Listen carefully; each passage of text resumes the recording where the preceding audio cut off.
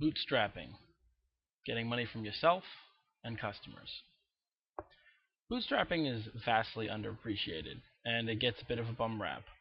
Sometimes it gets overly romanticized. It's a bit tricky to understand. But it's a vital flavor of capital and one that everyone should do for at least some portion of time when they're building their business.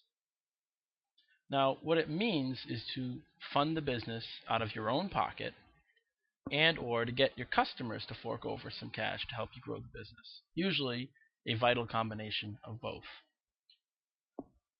The incentives in it for the entrepreneur is pretty obvious. This is an amazing amount of financial and operational freedom. No one's telling you what to do. You get to go at your own pace, do things your way. From the customer's perspective, those that want to pay very early for a young company, they get to get the latest toys. They get to have a sense of inclusion because usually they're intimately involved in the design process, giving lots of feedback. There are a small number of people that are allowed to do so, and the company actually listens a great deal to their feedback. And once they like your product or your company, they get an emotional attachment to you. They want to help you succeed. The process, let's look at the two different branches. When it comes to self-funding, it's a very simple process. Not to say that it's easy to do, but it's simple to communicate. You need to allocate the time and money out of your life. You have to figure out what portion of your income you're going to allocate to this, how much time you're going to be spending in your life as opposed to working or doing other things or with your family. On the customer financing side, you have to first of all get these potential customers intimately involved with the company. You get them to start to fall in love with what you're doing.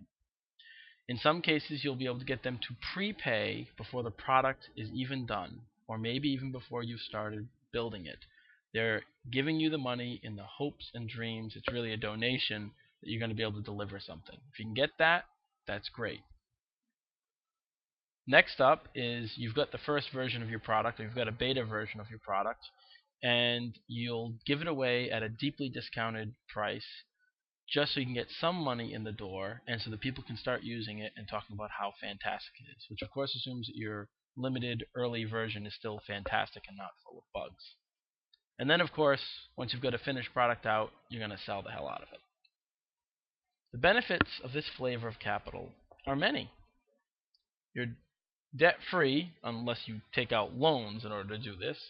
The assumption here is that you're basically taking revenue from your job. You get to keep the ownership in your company, no stock given up. There's no paperwork you got to fill out, no other people you need to impress, no spending months and months trying to secure funding from someone when you could have been spending that developing relationships with customers and building your products. It also keeps you real because funding from customers is a significant portion of how you stay alive. Therefore, you've got to get really good at listening to your customers. You can't go off trying some big crazy thing and blow $1 million before you figure it out. You've got no masters. You've got no one dictating to you how to run it. Well, not entirely true. Every single one of your customers is a master, but you get what I mean.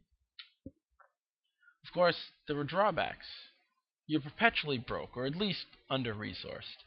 And that means that if you don't have very much money in the bank for your venture, you can't hire all the people you need to get the product done as fast. You can't buy all the advertising and marketing you want to get it in front of the right people. You can't go to the right trade shows because you have to be working or because you don't have enough money for the airfare.